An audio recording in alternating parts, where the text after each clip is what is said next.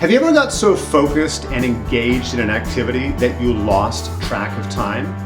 It's usually a good feeling that you're so immersed in a particular activity that you actually forget what time it is.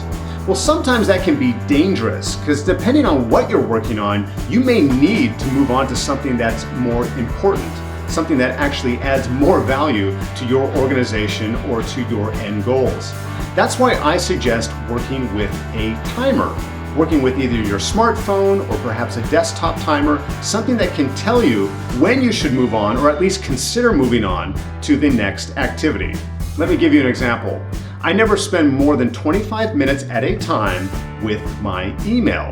It's because I use a timer. I set it for 25 minutes and then I work exclusively with my email, working through my inbox, sending and replying to emails. When my timer goes off, I take a step back. I ask myself, should I spend a few more minutes in email? Should I send one or two more messages? Or do I need to move on to something more important? Something that's going to help me better achieve my goals for that day or my goals for that company.